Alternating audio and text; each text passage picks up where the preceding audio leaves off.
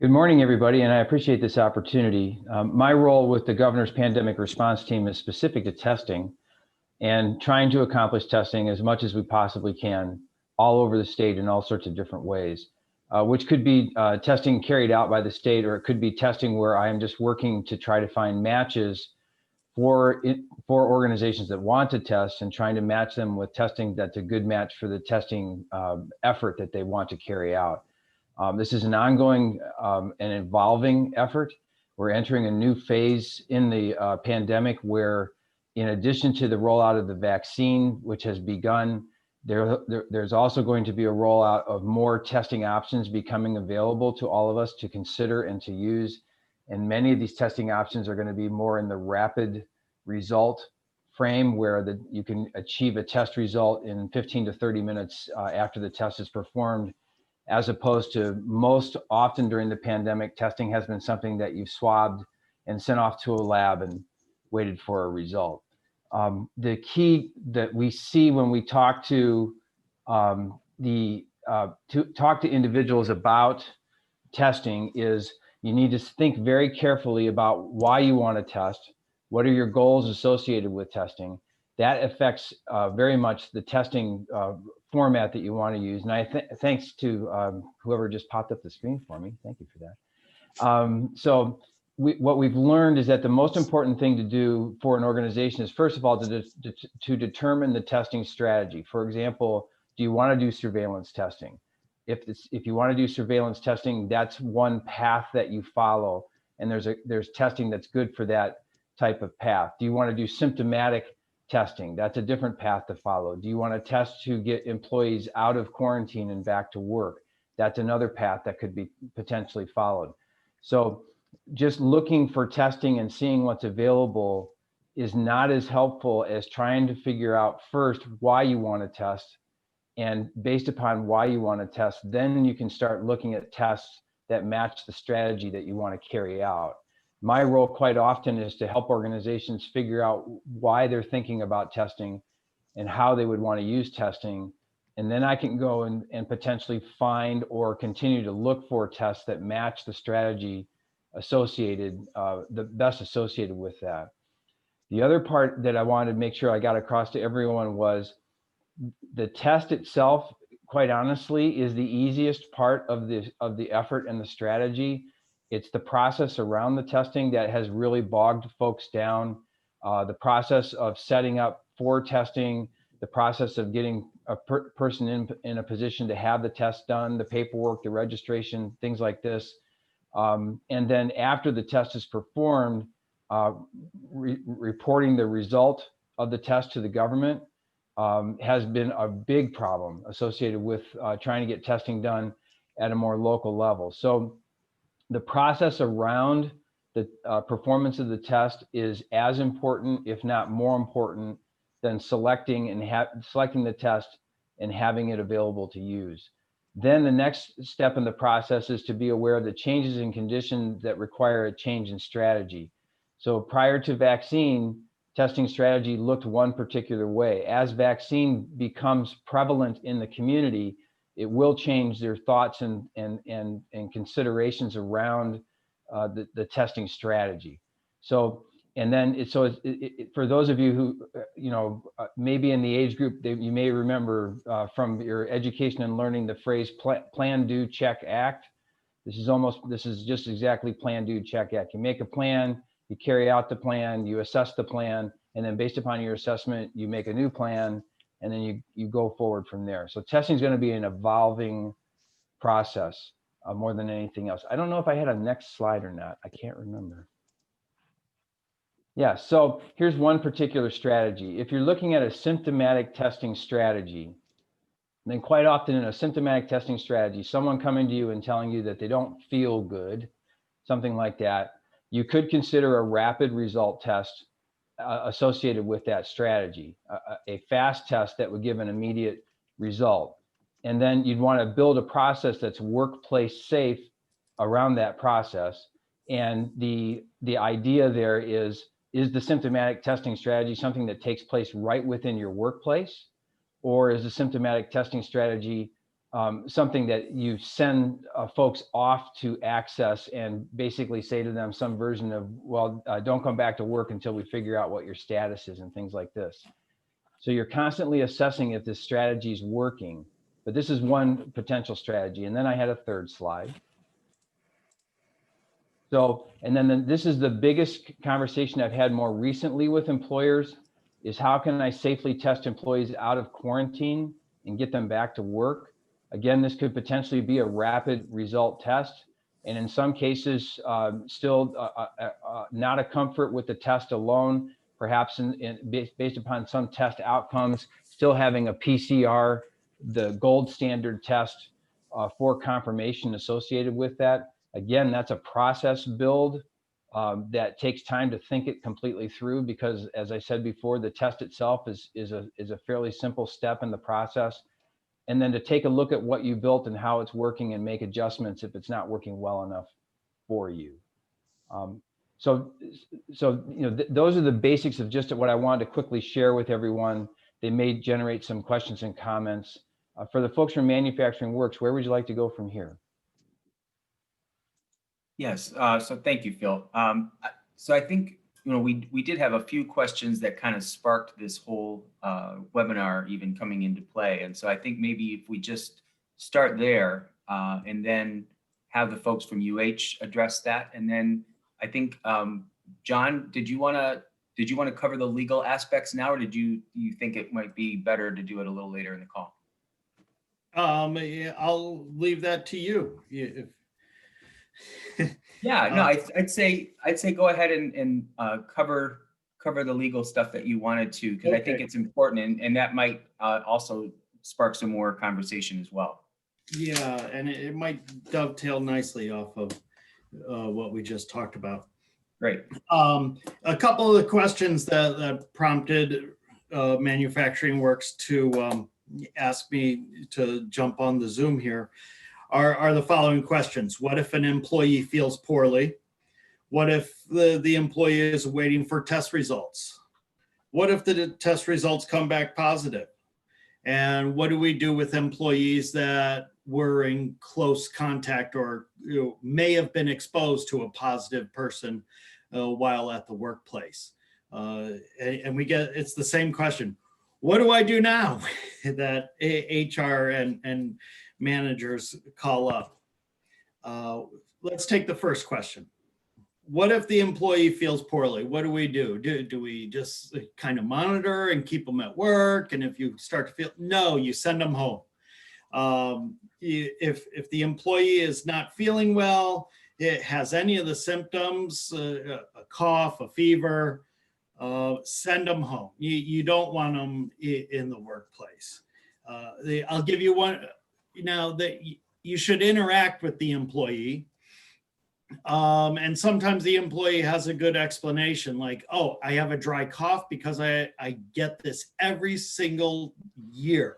I get the postnasal drip and I get a dry cough, and that's what this is. I have no other COVID symptoms. In that case, you can kind of ferret it out and say, okay, you can stay at work. You get this every single year. But that's more the exception.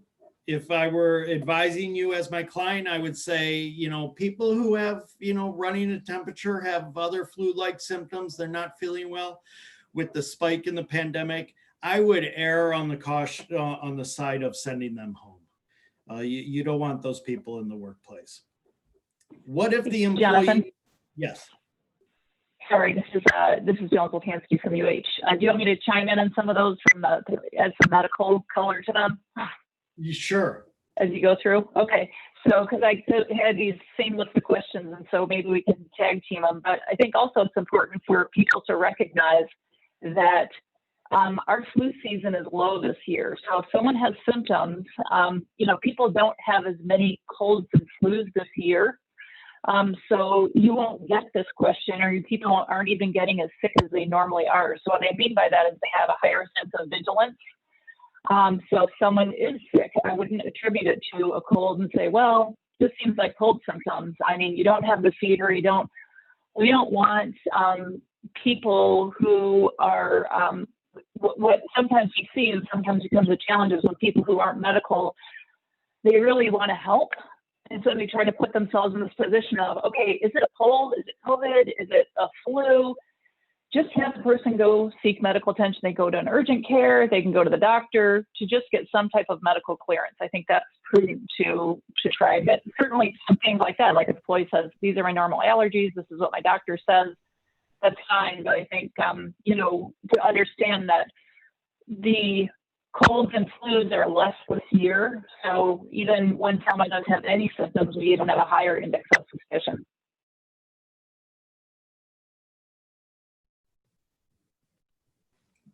Great.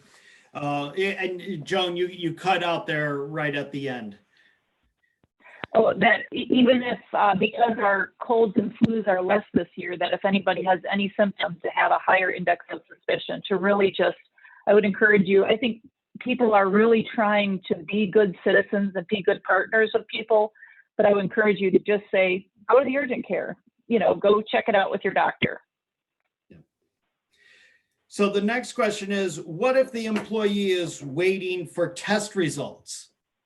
Can we let them work while they go and get the test results? The answer is no. You really don't. If they're waiting for a test result, you really don't want them in the workplace because the odds are it'll probably come back positive. Some come back negative, but the best practice is not to let them work while they are waiting a test result. Yeah, and that's another instance where someone's waiting for a test result. They're going to get a positive or negative, and they should go on the advice of the person who ordered that test. So a doctor ordered that test, so to go on that advice, because if someone is symptomatic, they should be in quarantine, whether or not they are feeling better, those kinds of things. If someone ordered a test for them because they have symptoms, they should be in quarantine. So, and then if they test negative, that's with the guidance of their medical provider, the person who ordered that test for the person with symptoms, on when they're cleared to go back. The next question, what if the test comes back positive? What do we do from the employer's perspective? It's some of these questions are easy, like the first two we just addressed, but it struck me as listening to Phil's presentation about how do we construct a process. This is now starting to get a little bit complicated. Not all of this is easy. And I think the hard part people have, the hard part to grasp is that the COVID, it has an incubation period. And so people, you get it, they get it, and then it doesn't show up for a couple days, and then you don't get tested for a couple days, and people are still, contagious. So that's what people have a hard time, why some people have to isolate for 10 days and others have to isolate for 14 days. The workforce and most people don't understand the differences and why these guidelines are the way they are. But here are the guidelines. If a test comes back positive, the individual has to isolate for 10 days from the symptoms. And so it's assuming that's the employee, the worker. They come into HR, they call HR, they don't come in, but they hand you they tell you, I tested positive. HR, the guideline is, okay, Jim, you have to isolate for 10 days. That's when you can come back to work. And the next question is, how about those people who have been in close exposure to a positive test? Jonathan, do you mind if I? Go ahead, Joan. Sorry, do you mind if I go back and add a little bit on the quarantine? No, go ahead.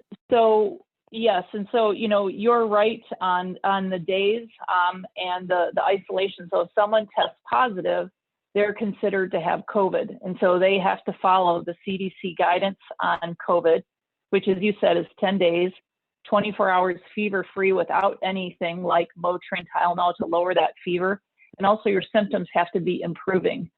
So those are the guidelines around that. And so some of the questions come up when people want to know, well, why, if I quarantine, do I have to quarantine for 14? But if I had COVID, I have to do 10. And, you know, there are some emerging CDC guidance on the number of days, but that's right now kind of the gold standard. And the reason why is for what you talked about.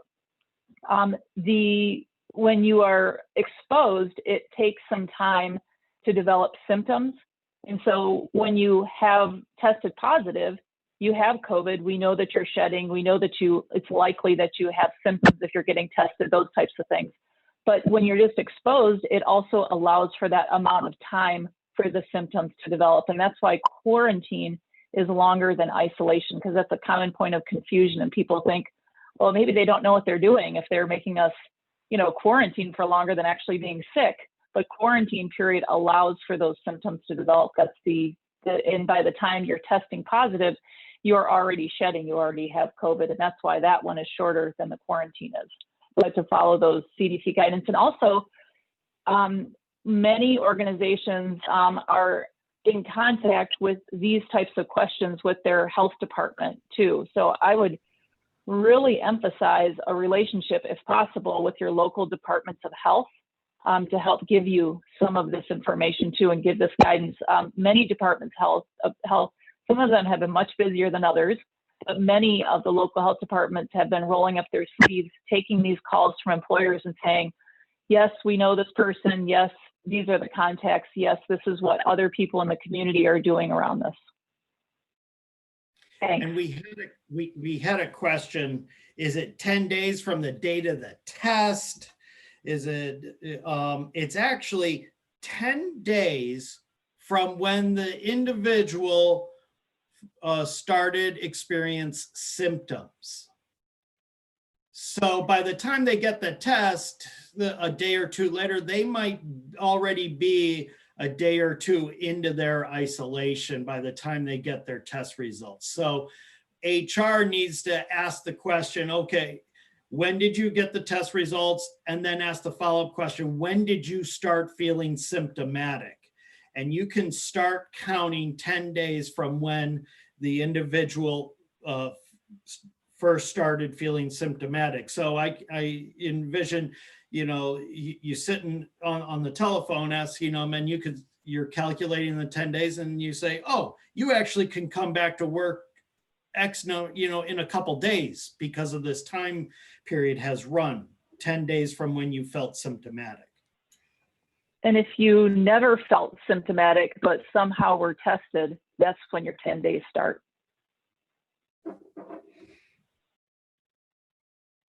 So the next question is, okay, we got the positive test and that person was at work for a period of time. Now how do we conduct the contact tracing? Who do we identify? It's individuals that have been around the person exposed, you know, with 615 within the past 24 hours. Were they within 6 feet of the individual for a prolonged period of time? You know, at the beginning of this crisis, we used the rule 615. Were they within 6 feet for a period of 15 minutes or more? It has slightly changed. It's now, was somebody within 6 feet of the positive person for a cumulative of 15 minutes or a prolonged period of time? If you fit within that parameter, then you are a possibly exposed individual. So you identify those people, and then you have to contact them and keep, you know, the positive person's information, name, as confidential as possible. You can't disclose their name, but you can say, hey, you were possibly exposed to COVID. You are going to have to quarantine. And the question is, how long does the possibly exposed person have to quarantine from work and other people. The CDC recommends 14 days. That's the gold standard. However, that has recently changed within the past week. And the federal government has come out and said people who have been exposed, who have no symptoms, are asymptomatic, can come out of quarantine 10 days after the exposure, or 7 days if the asymptomatic person goes and gets a test at day 5, the 5th day after exposure. Please keep in mind that we're talking about this continuum of time that is complicated.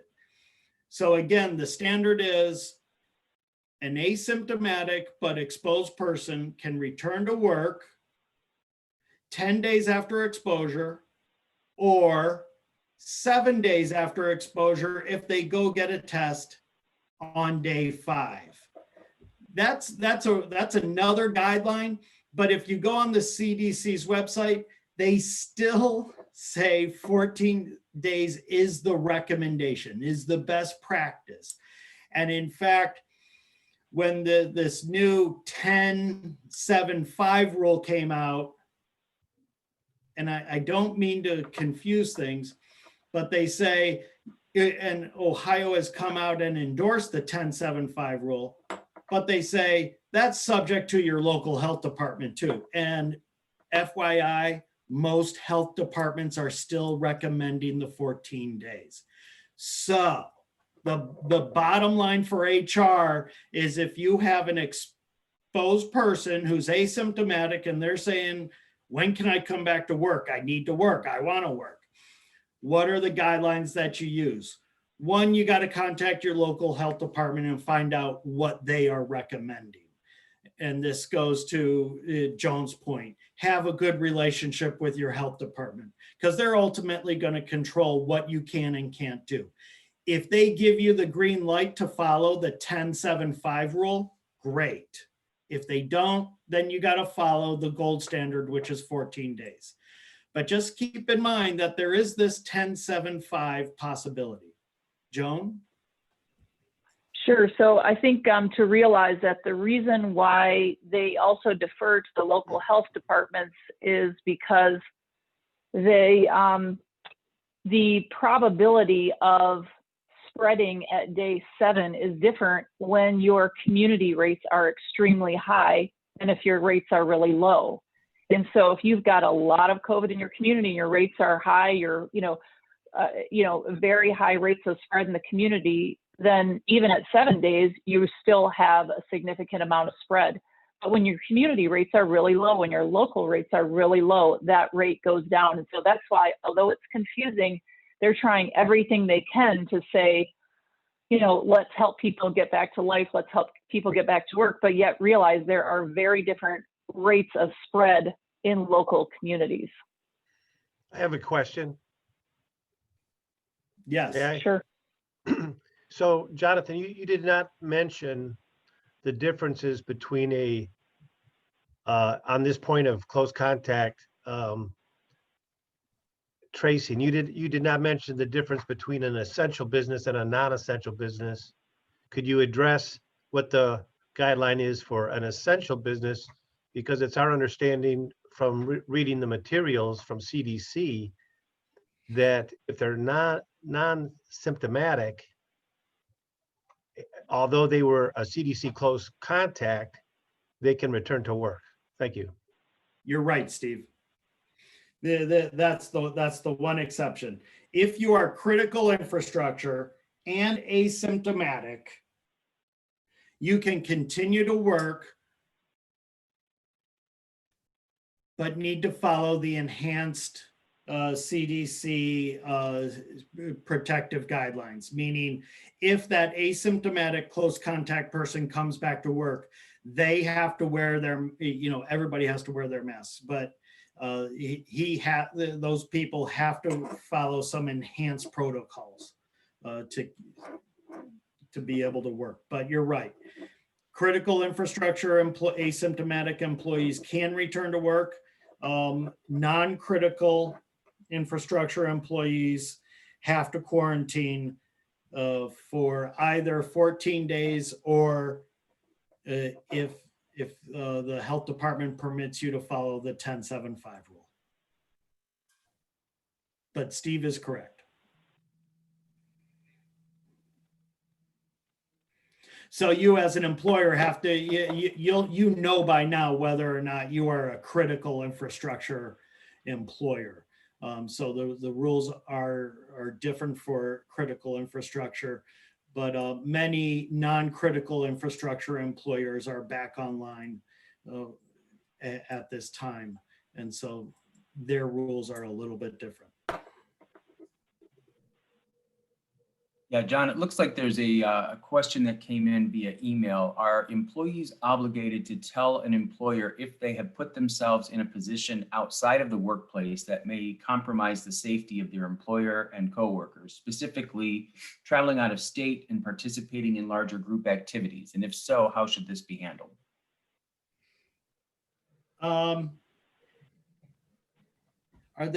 They're under an obligation if the employer has published a COVID policy, and it's part of their policy, if the employer has made part of their policy to inform HR, have you gone out of state?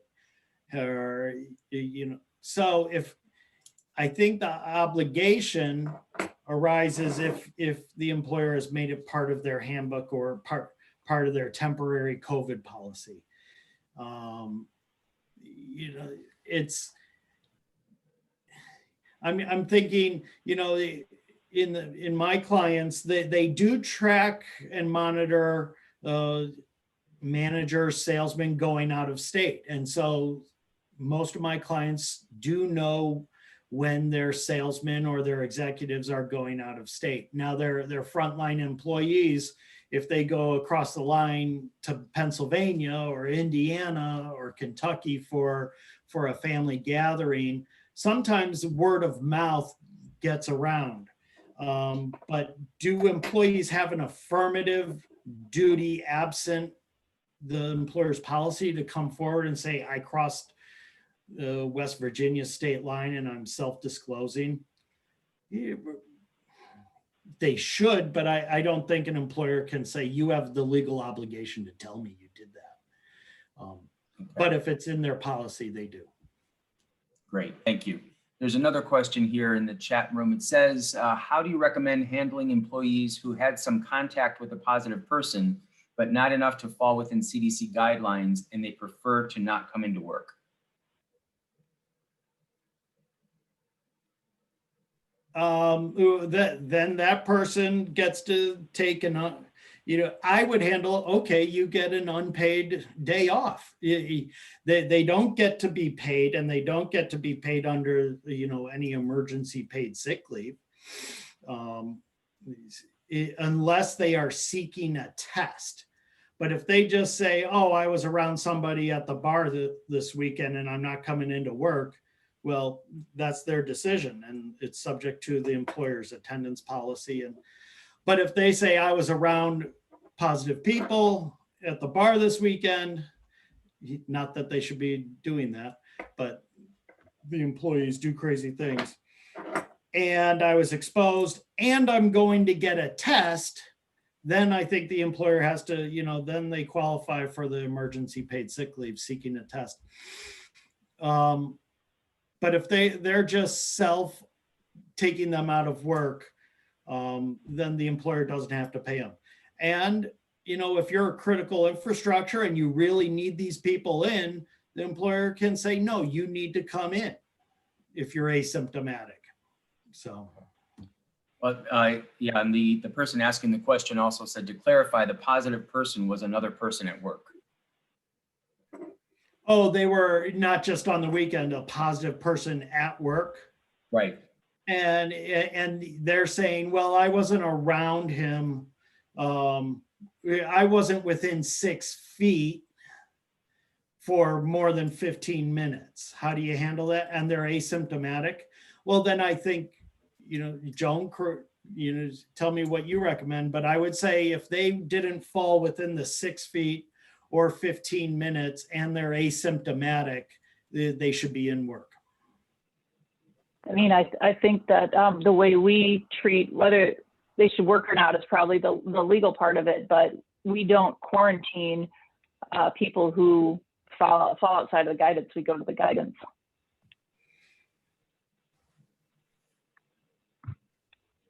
I have another question. There's no, sorry. Just it's There's kind no of a guidance follow-up. that It's kind of a follow-up goes to beyond Rick's question there, which is, so when we do the close, when an employer does the close contact tracing and the employer identifies and designates, say 3 people as having close contact,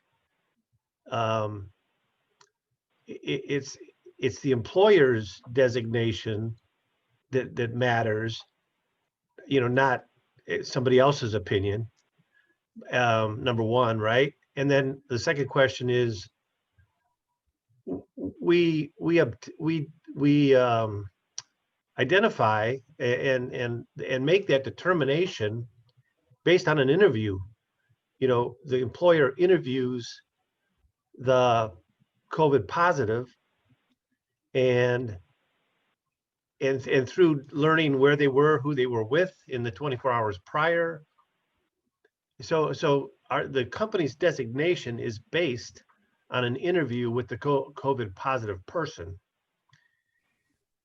That may or may not be accurate, but it's the best we got, right? So then we identify these people. Let's just hypothetically say there's 3. Then we have to interview each of those 3 to determine who's got symptoms or not. And by the way, we're essential. So those that have symptoms, we have them go home off premise, and we ask for them to get tested. Is that, we can mandate that, right? The company can, if it's in our policy, we can mandate that they get tested, correct?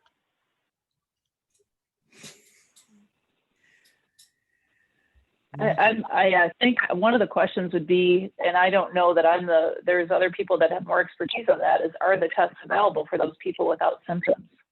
Because they're not always tests available for everyone. So, Well, in the best case scenario, there would be. Steve, that's an excellent question. Can an employer require an employee to get a COVID test? So,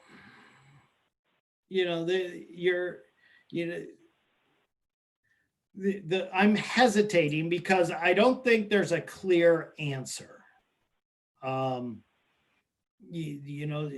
ADA severely limits what employers can and can't do in terms of medical examinations. Can they require an employee to go get a medical exam? Can they require an employee to go get a COVID test? I think at the end of the day, an employer, you're not going to get in too much trouble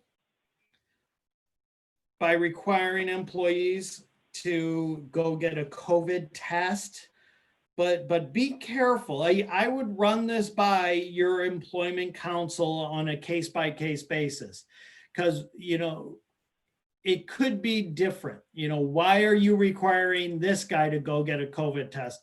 And do you do it in all instances? Well, let me reword the question then and say, okay, if it's not clear if the employer can mandate a test, the other side of that coin is we don't allow them back to work unless they do get a test. That we can control. So a lot of what I do is to counsel people on what is the best strategy to lower your risk of being questioned by by the EEOC or being challenged legally. And the most conservative advice is to say, well, we recommend you go get a test. It is highly recommended. And if you go get a test and it comes back negative and you're asymptomatic, then your quarantine time is shortened. And so you can get back to work faster. Well, in fact, because we're essential, if the test we just recommended is negative, they can come back to work right away, because if they're Yeah. asymptomatic. Yes. And then getting back to Joan's point, our experience is there are tests available. You might have to wait to get in and then wait for the results. And that varies widely by where you go, a drugstore versus a clinical lab. But there's always a test available. It's just a matter of how fast you can get in and get it.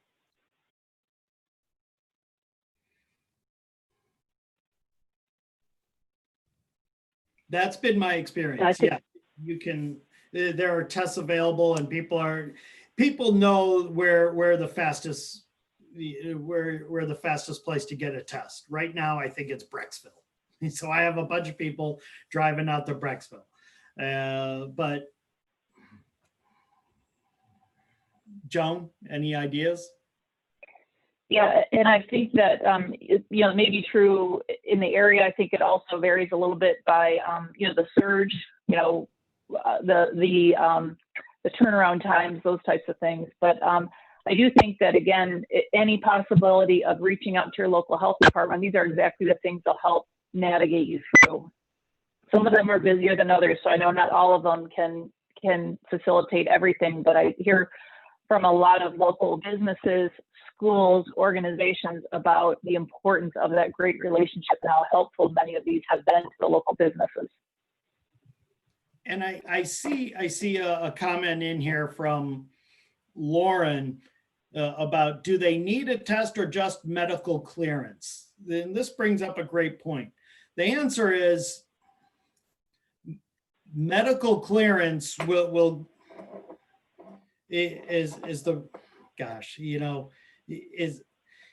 how do I say this? The CDC doesn't want everybody running out and getting tested and flooding the hospital systems. So they have said, if clear it through your doctor, and if you get medical clearance, then that should be good enough. But I guess going back to Steve, you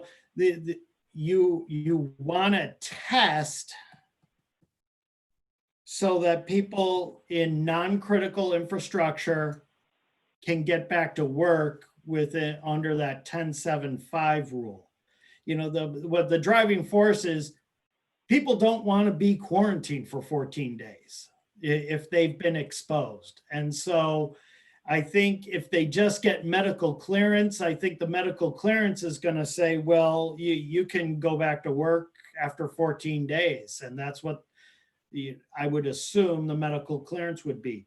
But you want to get a test if you want to shorten that period down to either 10 days or 7 days after if you got the test on the 5th day from exposure.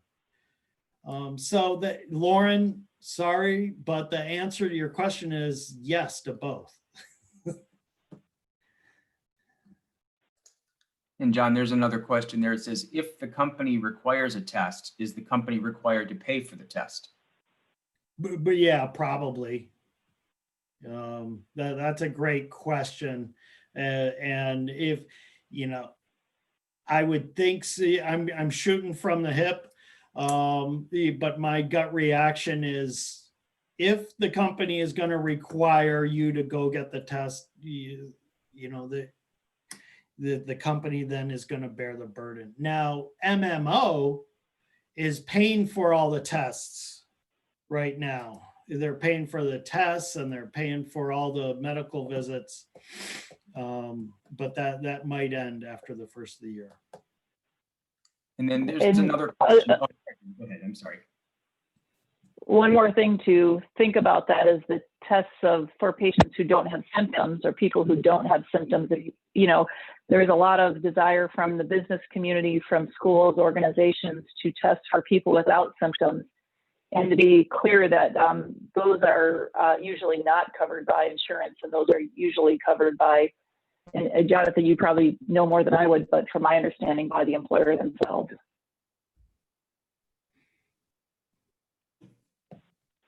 Okay.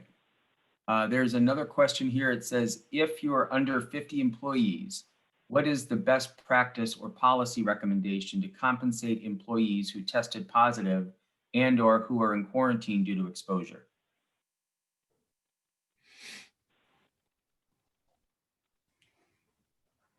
Well, I think, you know, you're going to say, well, we're exempt from the emergency paid sick leave because we're under 50.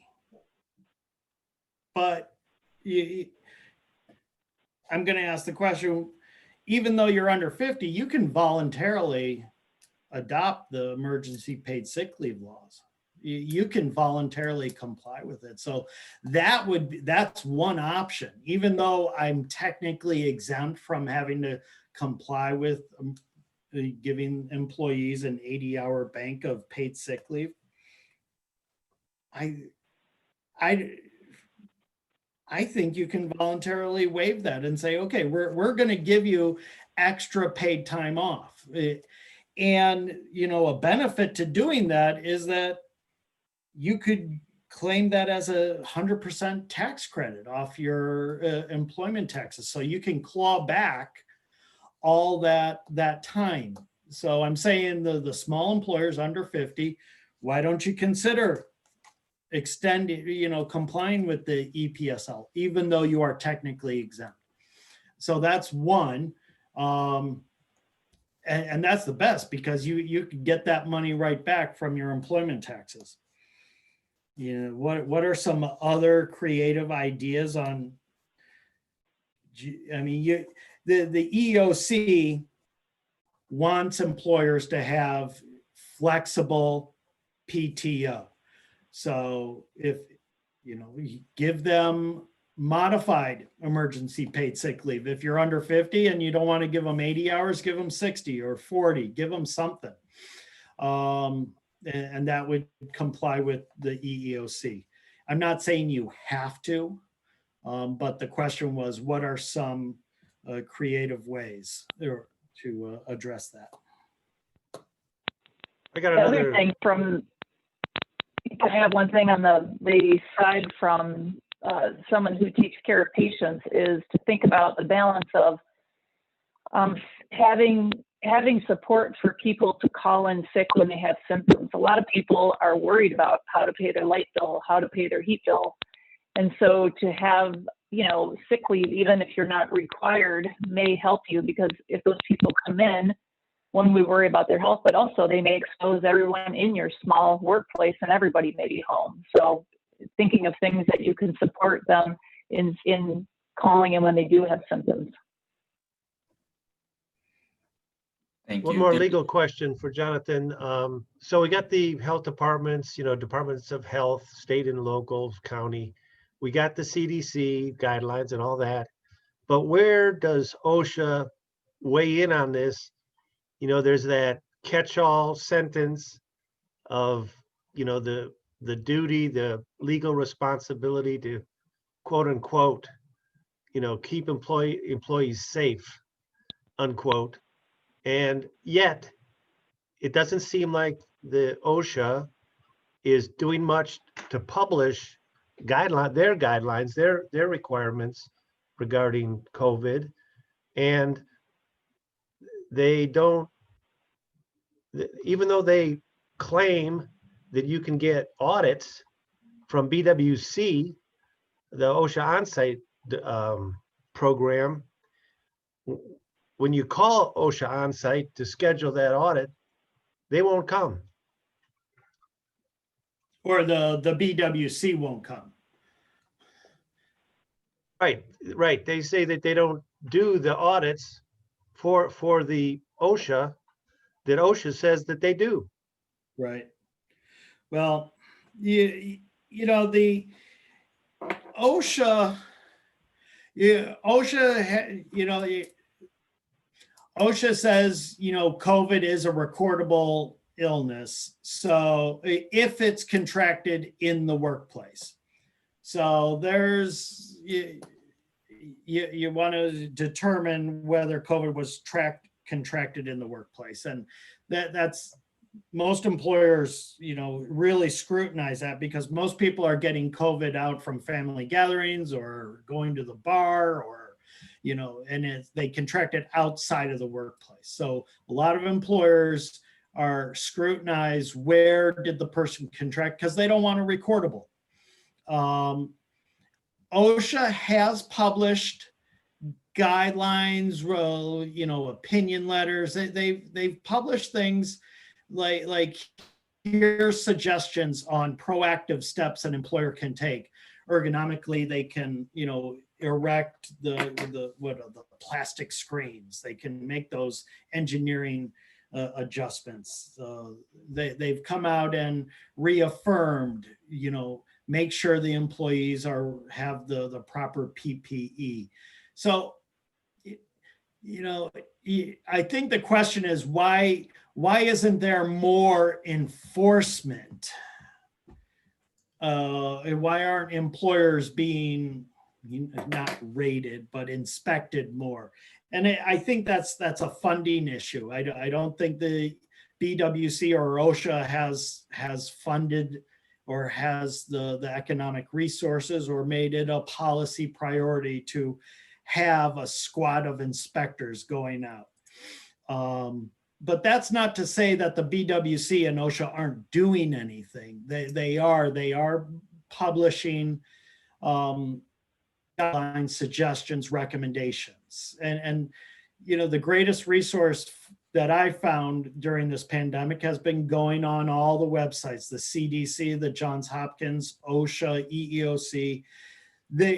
To their credit, the EEOC and the federal government, they have been very good in publishing Q&As, questions and answers.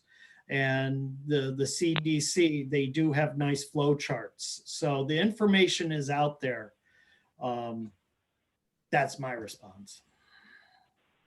Thank you, John. There's another question there. It says, how long is normal, quote unquote, recovery? Does a company need to continue to pay an individual who is claiming to have symptoms after the expiration of 2 weeks, say after 3 weeks? So one of the things I'll say, the medical part of it, if you want, Jonathan, Yep. is that they give you that quarantine window, that 14-day quarantine window, because it takes a while sometimes for symptoms to appear. And I don't think anybody knows exactly how long it lasts. Most of what we see is mild or asymptomatic, which is getting better within a couple of weeks or so. But there are certainly, as I think many people see in the media, this emerging body of work around what they're calling the long haulers, people who have had it for a longer period of time. So that's, from the medical aspect, I think nobody knows exactly, and it really depends upon the individual and the severity of their case. And yes, and Joan's right. This is primarily a medical issue, because I don't know if someone gets COVID and then can they get reinfected or they get it again after 14 days or,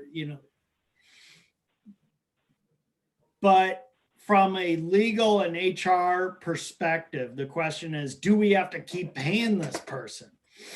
And the answer is no. Once the 80 hours of emergency paid sick leave runs out, once their accrued sick time runs out, but then, once they exhaust all those benefits, they exhaust those benefits. The question is, do they get expanded FMLA? Do they get that that little dose, but it's capped at like $200 a day for 10 weeks. You may have to comply with that if it qualifies under one of those situations. But once those benefits run out, they run out, and the person either has to come back to work, or you put them on an unpaid extended leave for a reasonable period of time that's substantiated through the interactive process, or they go on short-term disability. So there does come a point where the employer just has to follow their policies. I would not recommend that you just continue to pay them their regular wage just because, they're good guys. People take advantage of that, and then all of a sudden the employer's stuck. Like, oh, we were trying to do a nice thing for this person, but it's really gone on way too long. So just follow your policies. You're allowed to do that. Great, thank you. Are there any other questions out there that would like to be added into the chat box?